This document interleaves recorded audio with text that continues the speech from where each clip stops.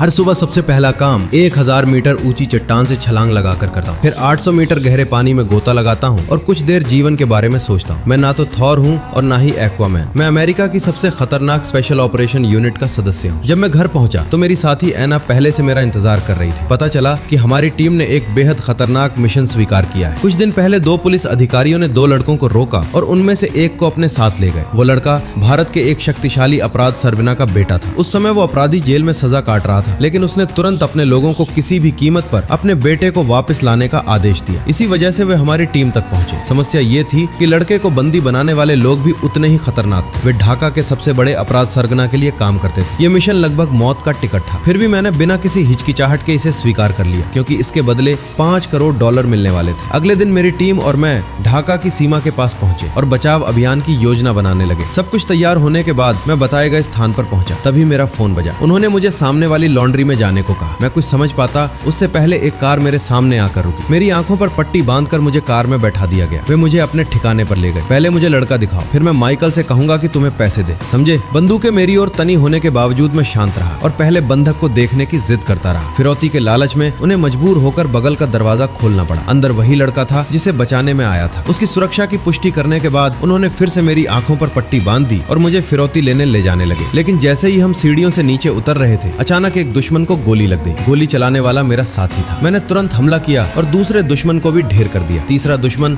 आराम से बैठकर फिल्म देख रहा था। तभी दरवाजे पर तेज दस्तक हुई। उसे तुरंत शक हो गया कि कुछ गड़बड़ है। उसने अपनी पिस्तौल निकाली और सावधानी से दरवाजे की ओर बढ़ने लगा। उसे नहीं पता था कि उसकी हर हरकत पर हमारी नजर थी। सभी दुश्मनों को खत्म करने के बाद आखिरकार मैंने लड़के को बचा लिया। लेकिन शहर से बाहर निकलना स्वर्ग पहुंचने जितना मुश्किल था। अपराध सरगना को पहले ही पता चल चुका था कि लड़का बचा लिया गया है। उसने तुरंत सेना के एक कर्नल को पूरे शहर की घेराबंदी करने का आदेश दिया। यहाँ तक कि सेना भी उसके इशारों पर काम कर रही थी। इससे उसकी ताकत का अंदाजा लगाया जा सकता था। तब तक मैं लड़के को एक सुनसान इमारत में ले जा चुका था। मैंने उसका एक वीडियो रिकॉर्ड किया ताकि साबित हो सके कि वो सुरक्षित है। फिर उसे मुख्यालय भेज दिया। लेकिन जब मुख्यालय ने वीडियो क्लाइंट को भेजा तो अंतिम भुगतान कभी नहीं आया। कुछ भी नहीं। उन्हें फिर से फोन करो, कह दो कि उनके पास पैसे ट्रांसफर करने के लिए सिर्फ 60 सेकंड है, वरना उन्हें लड़के की लाश नदी में तैरती मिलेगी। इस बीच मैं और वो लड़का जंगल के रास्ते नदी की ओर बढ़ रहे थे। मेरी टीम ने हमारे लिए एक नाव का इंतजाम किया था। अगर हम उस नाव तक पहुंच जाते तो सेना की घेराबंदी पूरी होने से पहले निकल सकते थे। लेकिन ठीक उसी निर्णायक पल पर सब कुछ गलत हो गया।